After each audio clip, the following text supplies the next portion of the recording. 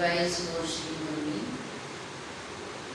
पावनी विशेष आज अव्यक्त महावाक्यों में कहा संगम योग है जमा करने का योग। क्या जमा करना है?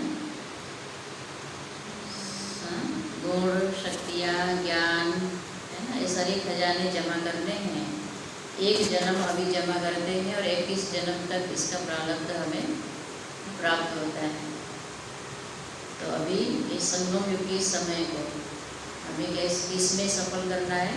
जमा करने में, है ना। बाबा कहते 1 सेकेंड भी हमारा व्यर्थ ना हो। और दूसरी बात बाबा कहते कमा तो रहे हो, लेकिन कमाने के साथ साथ जो कमा रहे हो वो अभी खर्च हो रहा है कि भविष्य के लिए भी खाता में जमा है, ये चेक करना है।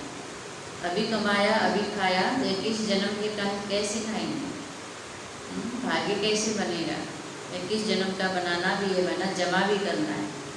इसलिए ऐसा नहीं कि हम थोड़ा अमृत के लिए योग किया, बाबा के महावाक्य सुने, थोड़ी सी स्थिति को ठीक रखा, फिर थोड़ी बात आई और सारा ज्ञान योग खत्म हो गया, पुराना संस्कार आ गया, तो कमाया और खाया, भविष्य का जमा नहीं हुआ।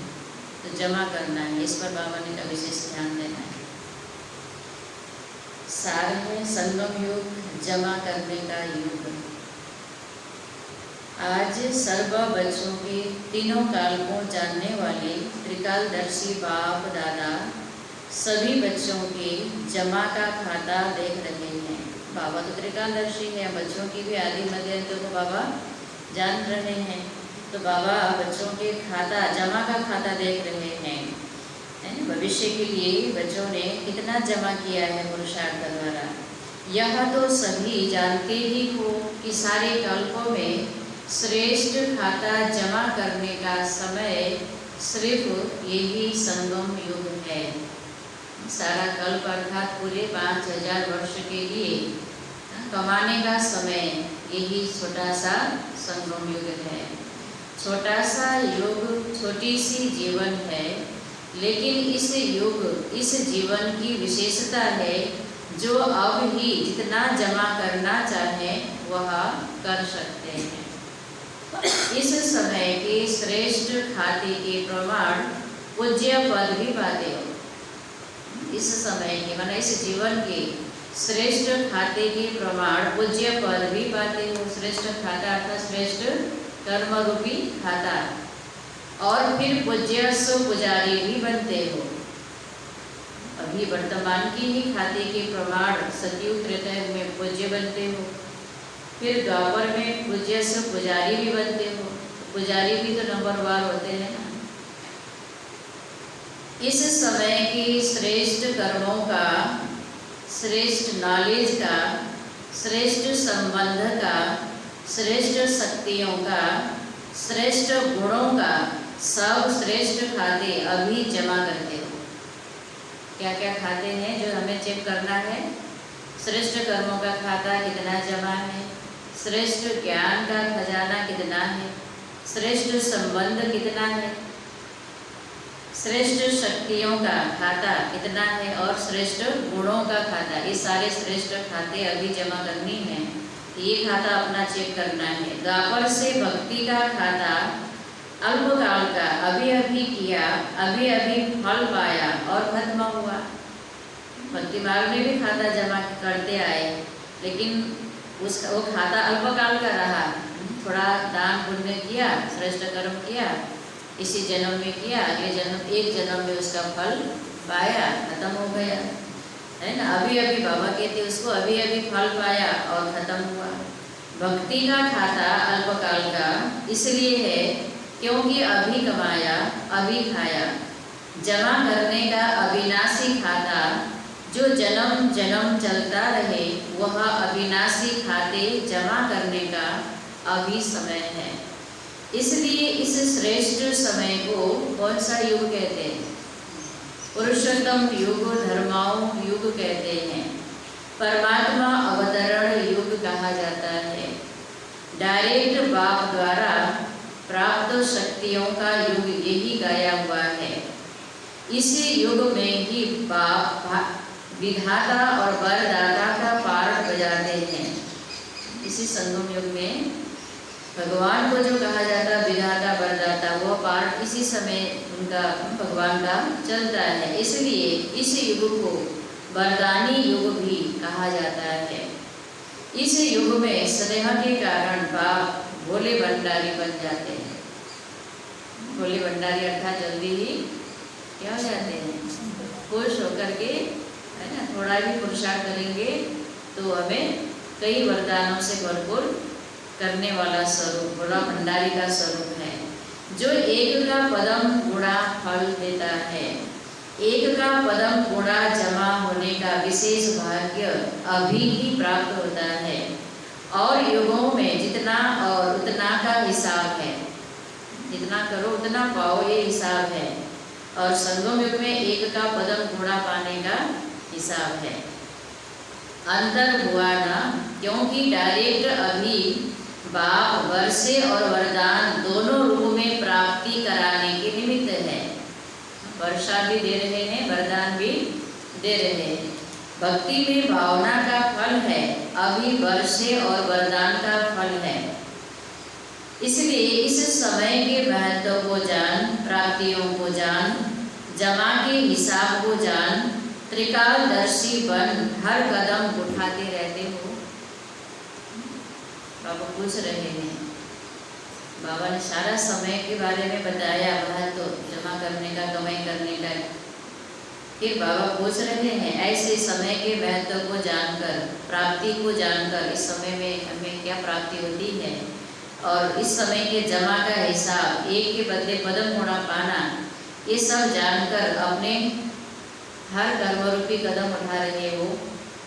इस समय का एक सेकेंड कितने साधारण समय से बड़ा है यह जानते हो। सेकेंड में कितना कमा सकते हो और सेकेंड में कितना गवाते हो, यह अच्छी तरह से हिसाब जानते हो। संगम युग सेकेंड में कमाने का भी है, तो जितना कमाई उतना ही सेकेंड में गवाते भी। वह साधारण रीति से कुछ कमाया कुछ गवाया। त्रिकालदर्शी बनकर समय के इस महत्व को जानकर बाबा ने कहा, अच्छी तरह से कदम उठाते हो या साधारण रीति चलते हो, और कभी कमा भी लेते हो और कभी उसी में गवा भी देते हो। साधारण चलन होगा तो क्या होगा, कमाएंगे भी, ऐसा नहीं कि नहीं प्राप्ति होगी, थोड़ा थोड़ा मिलता भी रहेगा, लेकिन वो तो अभी कमाया और अभी खत्म हो गया, गवा दिया। ऐसा अमूल्य समय समाप्त तो नहीं कर रहे हो। ये लॉकडाउन भी हमारे लिए क्या है, अमूल्य समय, अवसर है ना। क्या अवसर है जो अभी तक हम कर नहीं पाए थे।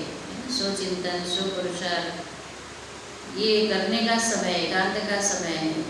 40 दिन तो बीते गए, अभी 14 दिन का और लॉकडाउन। तो बाबा कह रहे हैं, ऐसा अमूल्य समय समाप्त तो नहीं कर रहे हो। हमारे लिए तो ये अमूल्य समय है। ब्रह्मा कुमार ब्रह्मा कुमारी तो बने, लेकिन अविनाशी वर्षे और विशेष वरदानों के अधिकारी बने। ब्रह्मा कुमार ब्रह्मा कुमारी तो बने, पर बाबा ने कहा माना बाबा के बच्चे तो बने, लेकिन बाबा से वर्षा और वरदान का अधिकार लेने वाले भी बने। कि अभी कमाया और अभी खर्च किया, गवाया, खाता जमा नहीं हुआ या जमा कर रहे हैं। क्योंकि इस समय के अधिकारी जन्म जन्म के अधिकारी बनते हैं। वर्षा और वरदान के अधिकारी अभी संगम युग के जो होंगे, वही भविष्य कई जन्म के लिए अधिकारी बनेंगे।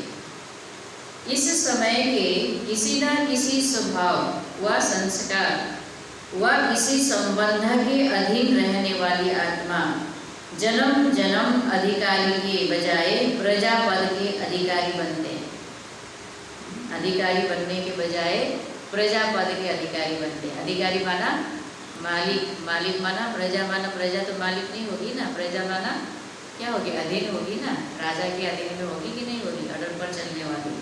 तो बाबा कह रहे हैं, जब स्वभाव संस्कार या किसी संबंध के हम अधीन होंगे तो जन्म जन्म हम प्रजापद के अधिकारी बन जाएंगे, राजा नहीं बन सकेंगे। राज्य अधिकारी नहीं, प्रजा पद अधिकारी बनते हैं। बनने आए हैं क्या? राजयोगी, राज्य अधिकारी, लेकिन अधीनता के संस्कार कारण विधाता के बच्चे होते हुए भी राज्य अधिकारी नहीं बन सकते। इसलिए सदा यह चेक करो स्व अधिकारी कहाँ तक बने। स्व अधिकारी माना स्वयं के पुराने संस्कार स्वभाव के अधिकारी, अधीन नहीं होना। बार बार पुराने संस्कार के अधीन होते हैं तो फिर राजा नहीं बनेंगे। स्वराज अधिकारी अर्थात अपने कमी कमजोरी पुराने संस्कार पर क्या करना? विजय प्राप्त करना। जो स्व अधिकार नहीं पा सकते वो विश्व का राज्य कैसे प्राप्त करेंगे? जो अपनी ही कमजोरी पर जीत नहीं पा सकते फिर विश्व का राज्य वो कैसे करेंगे? विश्व के राज्य अधिकारी बनने का चैतन्य मॉडल अभी स्वराज्य अधिकारी बनने से तैयार करते हो। कोई भी चीज का पहले मॉडल तैयार करते हो ना, बनाने से पहले मॉडल बनाते हैं ना, तो विश्व राज्य अधिकारी बनने का मॉडल है स्वराज्य अधिकारी स्थिति। तो पहले इस मॉडल को देखो, अपने में मॉडल देखो। हम स्वराज्य अधिकारी बने हैं तभी राजा बनेंगे। स्व अधिकारी अर्थात सर्व कर्मेंद्रिय रूपी प्रजा के राजा बनना।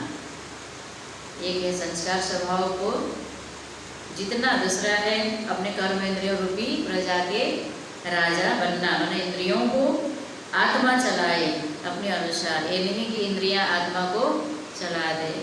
प्रजा का राज्य है या राजा का राज्य है? आत्मा का राज्य है या प्रजा का, माने इंद्रियों का, या मन या बुद्धि या संस्कार चलाता है? आत्मा तो मन से भी परे है ना, मन बुद्धि संस्कार से भी परे मालिक है ना आत्मा तीनों की। स्थूल कर्मेंद्रियों की भी द्वारा कराने वाली आत्मा है और मन बुद्धि संस्कार के द्वारा भी कराने वाली तो आत्मा ही है। लेकिन इस समय आत्मा क्या बन गई है? मन बुद्धि संस्कार के अनुसार चल रही है ना, मालिक की स्थिति में नहीं है। बाबा वही कहते हैं मालिक की स्थिति में रहो, यानी आत्मा मालिक बन मन बुद्धि संस्कार को चलाओ, मन बुद्धि संस्कार आत्मा को न चलाए। तो प्रजा का राज्य है या राजा का राज्य है? आत्मा मालिक बन के करती है या प्रजा आत्मा को चलाती? यह तो जान सकते हो ना, अपना राज्य का हाल तो जान सकते हो ना। प्रजा का राज्य है तो राजा नहीं कहलाएंगे, स्वराज्य अधिकारी नहीं कहलाएंगे। प्रजा के राज्य में राजवंश समाप्त हो जाता है। कोई भी एक कर्मेंद्रियां धोखा देती है तो स्वराज्य अधिकारी नहीं कहेंगे। ऐसे भी कभी नहीं सोचना कि एक दो कमजोरी तो होती ही है, एक दो कमजोरी ही है, बाकी तो हम ठीक हैं, ऐसा कभी नहीं सोचना। संपूर्ण तो लास्ट में बनना है, लेकिन बहुत काल की एक कमजोरी भी समय पर धोखा दे देती है। सब में तो हम ठीक हैं, यही तो मेरी एक कमजोरी है, लास्ट में तो हम बन ही जाएंगे ना। बाबा कहते नहीं, बनेंगे नहीं, कोई एक कमजोरी के कारण फेल होना पड़ेगा। बहुत काल के अधीन बनने के संस्कार अधिकारी बनने नहीं देंगे। इसलिए अधिकारी अर्थात स्व अधिकारी अंत में संपूर्ण हो जाएंगे। इस धोखे में नहीं रह जाना। बार बार अपने कमजोर संस्कार के वश होने से यही महसूस करते हैं और सब में तो ठीक है पर यही मेरे कम संस्कार है, अंत तक हो जाएंगे। बाबा कहते इस धोखे में नहीं रह जाना। बहुत काल का स्व अधिकार का संस्कार बहुत काल के विश्व अधिकारी बनाएगा। थोड़े समय के स्व अधिकारी थोड़े समय के लिए ही विश्व राज्य अधिकारी बनेंगे। जो अभी बाप की समानता की आज्ञा प्रमाण बाप के दिल तख्त नसीब बनते हैं वो ही राज्य तख्त नसीब बनते हैं। जो बाबा के दिल पर चढ़ते हैं वही भविष्य में राज्य पर भी राज्य तख्त पर भी चढ़ेंगे, राज्य अधिकारी बनेंगे।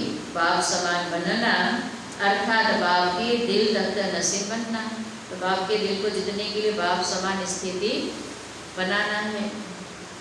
जैसे ब्रह्मा बाप संपन्न और समान बने, ब्रह्मा बाप संपन्न और शिव बाप समान बने, ऐसे संपूर्ण और समान बनो। राज्य तख्त के अधिकारी बनो।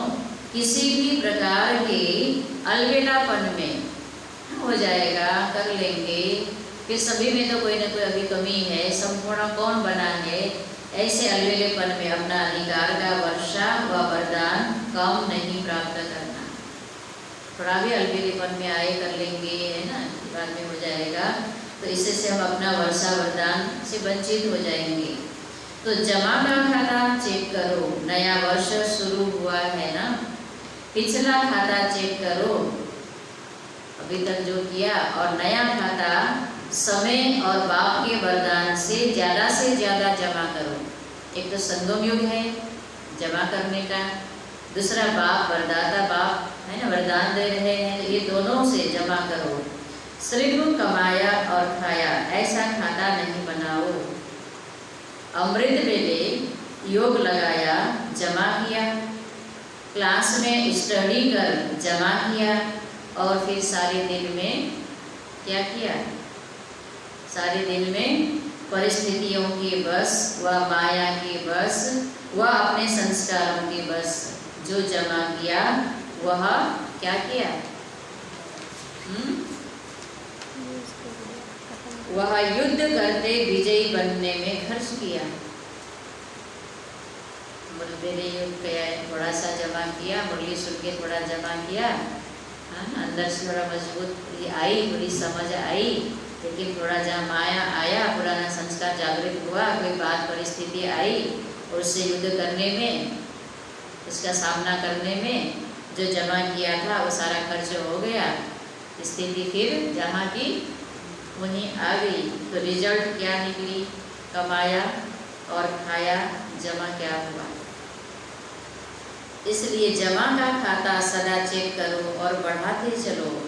ऐसे ही चार्ट में सिर्फ राइट नहीं करो, चार्ट में ऐसे टिक लगा देते हैं ना, क्लास किया, हाँ, योग किया, हाँ, लेकिन जैसे शक्तिशाली योग समय के प्रमाण होना चाहिए, वैसे रहा समय अनुसार। वर्तमान जैसा समय चल रहा है, आ रहा है अभी, और उस प्रमाण हमारा योग है ना, जितने वरदान और शक्ति से भरपूर कराने वाला रहना चाहिए वैसा रहा, या टाइम पास हुआ। समय अच्छा पास किया, योग में बैठे, समय अच्छा पास हुआ, बहुत आनंद आया, योग के समय तो आनंद आया, लेकिन दिन भर आनंद में रहे, जब बात आई तो आनंद में रहे। वर्तमान तो बना, लेकिन वर्तमान के साथ जमा भी किया, भविष्य के लिए भी जमा हुआ कि वर्तमान योग में जब बैठ रहे थे तब तक ठीक थे, फिर उसके बाद युद्ध में समय बीता, इतना शक्तिशाली अनुभव किया। इसको बाबा कहते हैं ना, आप केवल 2 घंटे की योगी नहीं हो, आपका जीवन ही क्या है, योगी जीवन है। तो योग का प्रभाव हमेशा हर कर्मों में हर समय रहना चाहिए, जीवन में रहना चाहिए। जीवन तो हमेशा निरंतर होता है। चल रहे हैं सिर्फ यह चेक नहीं करो, चल तो रहे हैं, कर तो रहे हैं, ये चेक नहीं करो।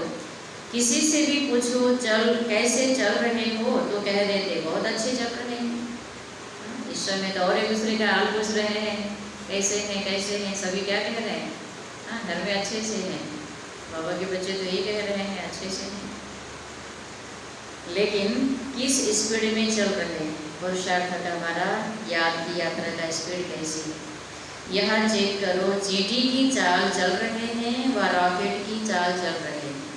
समय आ गया रॉकेट की चाल चलने का, चल रहे हैं चींटी चाल। इस बरस सभी बातों में शक्तिशाली बनने की स्पीड को और परसेंटेज को चेक करो, परसेंटेज भी चेक करो, स्पीड भी, कितनी परसेंटेज में जमा कर रहे हो। 5 रुपया कहेंगे जमा हुआ, और 500 रुपया भी कहेंगे जमा हुआ, तो कितना जमा हो रहा है वो भी चेक करो। जमा कर रहे हैं लेकिन कितना, जमा तो किया लेकिन कितना किया, समझा क्या करना है। गोल्डन जुबली की ओर जा रहे हो। यह सारा वर्ष गोल्डन जुबली का है ना, 86 गोल्डन जुबली बाबा के ये का। तो बाबा कह रहे हैं गोल्डन जुबली की ओर जा रहे हो ना। अभी तो कौन सी जुबली होने वाली है? बाबा कहते हैं ना समापन समारोह कब होगा? अब तो समापन समारोह की जुबली होनी है ना। गोल्डन जुबली भी हो गया, डायमंड जुबली भी हो गया, प्लेटिनम जुबली भी हो गया। तो चेक करो, हर बात में गोल्डन एजेड अर्थात शतप्रधान स्टेज है। फिर भी ज्ञान में तो सबको लगभग कितना हो गया? ज्ञान में तो हो गया ना। भले हम उस समय नहीं थे, लेकिन अभी भी ज्ञान में देखे तो गोल्डन जुबली का समय आया कि नहीं आया? 25 साल से ऊपर होते ही कौन सा समय आ जाता है? 25 से नीचे सिल्वर, 25 से ऊपर में गोल्डन। तो गोल्डन जुबली वाले समय पर आ गए ना, जो आ गए है ना पुराने। तो वो तो कम से कम बाबा कभी कभी कहते ना गोल्डन स्टेज में तो आना चाहिए। गोल्डन बना शतप्रधान, वह शत अर्थात सिल्वर एजेड स्टेज है। पुरुषार्थ भी शतप्रधान गोल्डन एजेड हो, सेवा भी गोल्डन एजेड हो, जरा भी पुराने संस्कार का क्या न हो, अलाय न हो, खाद न हो। पुराने संस्कार को भी खाद आत्मा में जरा भी न हो। ऐसे नहीं जैसे आजकल चांदी के ऊपर भी सोने का पानी चढ़ा देते हैं। बाहर से तो सोना लगता है, लेकिन अंदर क्या होता है? मिक्स कहेंगे ना। तो सेवा में भी अभिमान और अपमान का अलाय मिक्स ना हो। बाहर से तो सेवा कर रहे हैं, लेकिन अंदर में अभिमान और अपमान। सेवा का चांस मिले आगे बढ़ाए तो अभिमान में आएंगे, और चांस ना मिले तो अपमान का फीलिंग करेंगे। ये मिक्स नहीं होना है। बाबा कहते हैं अभिमान अपमान का अलाय मिक्स ना हो, इसको कहा जाता है गोल्डन एजेड सेवा। नहीं मिला तो कहेंगे मेरे को पूछा नहीं, मैं भी तो कर सकती थी, और मिला तो अभिमान करेंगे। ये दोनों अलाय हैं, ये मिक्स नहीं करना है। इसको कहा जाता है गोल्डन एजेड सेवा। स्वभाव में भी ईर्ष्या, किसी को मिला तो दूसरे को नहीं मिला तो आपस में भी ईर्ष्या। एक तो बड़ों से भी संकल्प चलाएंगे, प्रति भी नहीं मिला है क्या, और आपस में भी ईर्ष्या। सिद्ध और जिद का भाव ना हो, ये है अलाय। सिद्ध भी नहीं करना है और जिद भी नहीं करना है। सिद्ध जिद करना भी अलाय है। अलाय माना ही खाद, खाद माना जंग आत्मा में। इस अलाय को समाप्त कर गोल्डन एजेड स्वभाव वाले बनो। संस्कार में सदा हाँ जी, संस्कार में सदा हाँ जी। जैसा समय, हाँ जी अर्थात जैसा समय, जैसी सेवा, वैसे स्वयं को मोल्ड करना, परिवर्तन करना, अर्थात रियल गोल्ड बनना है। मुझे मोल्ड होना है, क्योंकि मोल्ड होंगे तभी हमारी वैल्यू बढ़ेगी। सोने का कितना कीमत है? सोने जैसा चांदी का कीमत है? सोना भी जो 24 कैरेट है उसका कीमत है, जो 22 कैरेट है उसका कम है। और जो 24 कैरेट सोना होता है वो बहुत ही सॉफ्ट होता है। उसको जेवर बनाना होता है तो कुछ अलाय उसमें मिलाते हैं ताकि वो मुड़े नहीं, दबे नहीं। बाबा कहते हमें 22 कैरेट बनो, ऐसा नहीं कहते। सोना आज तो 22 कैरेट ही पहनते हैं। बाबा कहते तुम्हें 24 कैरेट बनना है। मुझे मोल्ड होना है, मतलब मुझे बदलना है। दूसरा करे तो मैं करूँ, यह जिद हो जाती है। ये करे तब तो मैं भी करूँ, ये जिद का रूप है। वो करे या ना करे, मुझे ये करना है, परिवर्तन करना है। यह रियल गोल्ड नहीं, यह अलाय समाप्त कर गोल्डन एजेड बनो। संबंध में सदा हर आत्मा के प्रति शुभ भावना, कल्याण की भावना हो। संबंध में हर आत्मा प्रति शुभ भावना, कल्याण की भावना हो, स्नेह की भावना हो, सहयोग की भावना हो हर आत्मा के प्रति। कोई कैसा भी हो, परंतु हर आत्मा प्रति है ना।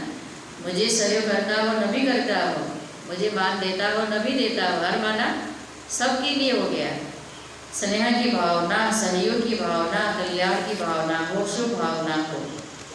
इससे क्या होता है? संबंध द्वारा भी खाता जमा होता है है ना। अभी ऐसा भावना रखेंगे तब तो सतयुग में हमें सुखदायी संबंध मिलेगा।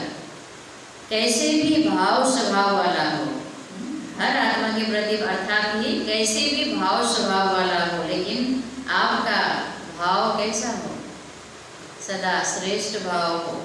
इन सब बातों में सो परिवर्तन ही गोल्डन जुबली मनाना है। अलाएं को जलाना अर्थात गोल्डन जुबली मनाना, समझा। वर्ष का आरंभ गोल्डन एजेड स्थिति से करो।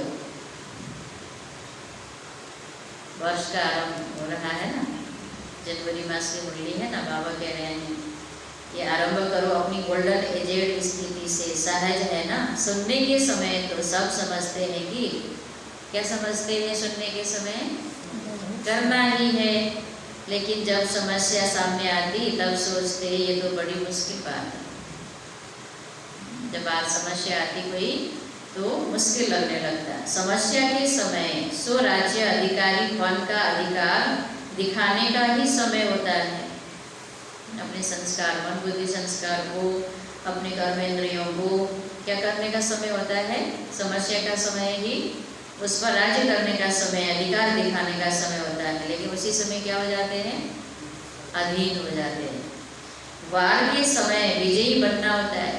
समस्या है, माना वार हो रहा है, उसी समय विजयी बनना है, लेकिन उसी समय हम समस्या को बड़ा मान लेते हैं ना, माने जो दुश्मन उसको बड़ा समझने लगते हैं और खुद कमजोर होके हार मान जाते हैं।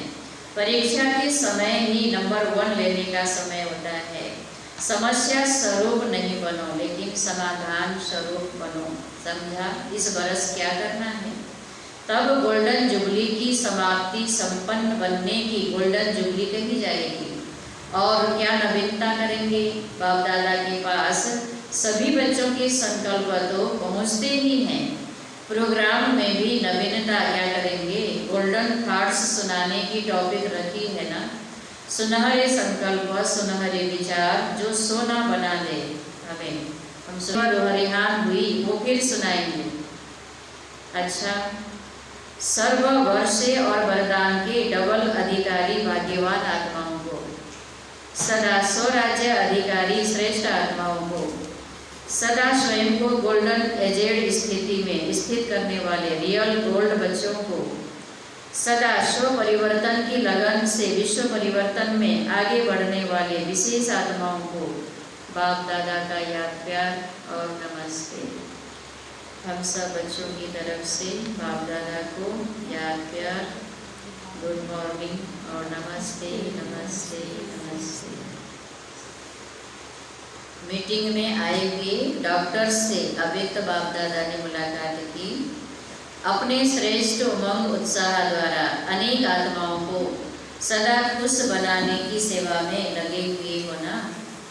इस समय तो और ही डॉक्टर्स कितनी सेवा कर रहे हैं खुश करने के लिए। देख मतलब एक वीडियो आया था, डांस भी कर रहे हैं, जो कोरोना पेशेंट है उनके सामने, कैसी बीमारी है, सभी लोग मतलब हिम्मत हार जाते हैं ना, सुन करके पहले भयभीत होते हैं। तो बाबा ने भी देखो डॉक्टर कितनी महिमा की, अपनी उमंग द्वारा अनेकों को खुश बनाने की सेवा में लगे हुए हो ना। डॉक्टर्स का विशेष कार्य ही है हर आत्मा को खुशी देना। पहली दवाई खुशी है, खुशी आधी बीमारी खत्म कर देती है। तो रूहानी डॉक्टर्स अर्थात खुशी की दवाई देने वाले, तो ऐसे डॉक्टर होना, एक बार भी खुशी की झलक आत्मा को अनुभव हो जाए तो वह आत्मा सदा खुशी की झलक से आगे उड़ती रहेगी। तो सभी को डबल लाइट बनाए उड़ाने वाले डॉक्टर्स होना, वह बेड से उठा देते हैं, वो डॉक्टर बेड से बीमारी को उठाते हैं, बीमार व्यक्ति को चलने लायक बनाते हैं, बेड में सोने वाले पेशेंट को उठा देते हैं, चला देते हैं। आप डबल डॉक्टर है ना, आप पुरानी दुनिया से उठाए नई दुनिया में बिठा दो, ऐसे प्लान बनाए हैं ना। रूहानी इंस्ट्रूमेंट्स यूज करने का प्लान बनाया है। इंजेक्शन क्या है, गोलियां क्या हैं, ब्लड देना क्या है, ये सब रूहानी साधन बनाए हैं। किसको ब्लड देने की आवश्यकता है तो रूहानी ब्लड कौन सा देना है, हार्ट पेशेंट को कौन सी दवाई देनी है, हार्ट पेशेंट अर्थात दिल शिकस्त पेशेंट, दिल शिकस्त, पहले से ही जो उमंग उत्साह बिना ना उम्मीद। तो रूहानी सामग्री चाहिए, जैसे वह नई नई इन्वेंशन करते हैं, वो साइंस के साधन से इन्वेंशन करते हैं, आप साइलेंस के साधनों से सदाकाल के लिए निरोगी बना दो। साइलेंस के साधन क्या है? योग की ताकत शक्ति। जैसे उनके पास सारी लिस्ट है, यह इंस्ट्रूमेंट है, यह इंस्ट्रूमेंट है, ऐसे ही आपकी भी लिस्ट हो लंबी, ऐसे डॉक्टर्स हो, एवर हेल्दी बनाने के इतने बढ़िया साधन हो, ऐसे ऑक्यूपेशन अपना बनाया है। सभी डॉक्टर्स ने अपने अपने स्थान पर ऐसा बोर्ड लगाया है एवर हेल्दी एवर वेल्दी बनने का। जैसे अपने वह ऑक्यूपेशन लिखते हो, ऐसे ही यह लिखते हो, जिसे देखकर समझें कि यह क्या है, अंदर जाकर देखें। आकर्षण करने वाला बोर्ड हो, लिखत ऐसी हो जो परिचय लेने बिना कोई रह न सके। वैसे बुलाने की आवश्यकता न हो, लेकिन स्वयं ही आपके आगे न चाहते भी पहुंच जाए, ऐसा बोर्ड हो। वह तो लिखते हैं MBBS फलाने फलाने, आप फिर अपना ऐसा बोर्ड पर रूहानी ऑक्यूपेशन लिखो, जिससे वह समझें कि यह स्थान जरूरी है। ऐसी अपनी रूहानी डिग्री बनाई है, या वही डिग्रियां लिखते हो? सेवा का श्रेष्ठ साधन क्या होना चाहिए? बाप दादा से प्रश्न किया डॉक्टरों ने। सेवा का सबसे तीखा साधन है समर्थ संकल्प से सेवा। समर्थ संकल्प भी हो, बोल भी हो और कर्म भी हो, तीनों साथ साथ कार्य करें। समर्थ सेवा, शक्तिशाली सेवा फलदायी होता है ना। कैसे करना है? तो उसके लिए हमारे तीनों संकल्प भी समर्थ, बोल भी समर्थ, कर्म भी समर्थ हो। यही शक्तिशाली साधन है। बाड़ी में आते हो तो शक्तिशाली संकल्प की परसेंटेज कम हो जाती है ना। संकल्प करते हैं शक्तिशाली, बाड़ी में शक्ति कम हो जाती है, या वह परसेंटेज होती है। बाड़ी में भी अगर परसेंटेज होती है तो बाड़ी की शक्ति में फर्क पड़ जाती है ना। संकल्प में शक्ति रहती है, बाड़ी में फर्क पड़ जाता है। लेकिन नहीं, तीनों साथ साथ हो। जैसे कोई भी पेशेंट को एक ही साथ कोई नब्ज देखता है, कोई ऑपरेशन करता है, इकट्ठा करते हैं। ऑपरेशन करते हैं तो कई तरह के डॉक्टर वहीं रहते हैं। नब्ज देखने वाला पीछे देखें और ऑपरेशन वाला पहले कर लें तो क्या होगा? इकट्ठा कितना कार्य चलता है। ऐसे ही रूहानियत के भी सेवा के साधन इकट्ठा साथ साथ चले। बाकी सेवा के प्लान बनाए हैं, बहुत अच्छा, लेकिन ऐसा कोई साधन बनाओ जो सभी समझें कि हाँ, यह रूहानी डॉक्टर सदा के लिए हेल्दी बनाने वाले हैं। अच्छा, पार्टियों से बाप दादा की मुलाकात। पहली पॉइंट, जो अनेक बार विजयी आत्माएं हैं, उन्हों की निशानी क्या होगी? जो बार बार हार नहीं खाते, वो विजयी बनते, उनकी निशानी, उन्हें हर बार बहुत सहज और हल्की अनुभव होगी। कोई समस्या उनको हल्की और सहज अनुभव होगी। जो कल्प की विजयी आत्माएं नहीं, उन्हें छोटा सा कार्य भी मुश्किल अनुभव होगा, सहज नहीं लगेगा। हर कार्य करने के पहले स्वयं को ऐसे अनुभव करेंगे जैसे ये कार्य हुआ ही पड़ा है। जो कल्प के विजयी है ना, होगा या नहीं होगा यह क्वेश्चन नहीं उठेगा, हुआ ही पड़ा है, यह महसूसता सदा रहेगी। पता है सदा सफलता है ही, विजय है ही, ऐसे निश्चय बुद्धि होंगे। कोई भी बात नई नहीं लगेगी, बहुत पुरानी बात है। इसी स्मृति से स्वयं को आगे बढ़ाती रहेंगी। दूसरी पॉइंट, डबल लाइट बनने की निशानी क्या होगी? डबल लाइट आत्माएं सदा सहज उड़ती कला का अनुभव करती हैं। कभी रुकना और कभी उड़ना ऐसे नहीं, कोई डाल में रुक जाना नहीं, हमेशा डाल मिले तो भी उड़ते रहेंगे, है ना। कोई बात रुकी डाल पकड़ के नहीं बैठेंगे, सदा उड़ती कला के अनुभवी। ऐसी लाइट, डबल लाइट आत्माएं ही डबल ताज के अधिकारी बनती हैं। डबल लाइट वाले स्वतः ही ऊंची स्थिति का अनुभव करते हैं। कोई भी परिस्थिति आवे, याद रखो हम डबल लाइट हैं। बच्चे बन गए अर्थात हल्के बन गए। कोई भी बोझ नहीं उठा सकते। हाँ, बच्चे बोझ नहीं उठाते, बाबा के बच्चे समझेंगे तो बोझ महसूस नहीं होगा। अच्छा, ओम शांति। बाबा का वरदान है आज का। शुभ चिंतन और शुभ चिंतक स्थिति के अनुभव द्वारा ब्रह्मा बाप समान मास्टर दाता भव। शुभ चिंतन और शुभ चिंतक स्थिति के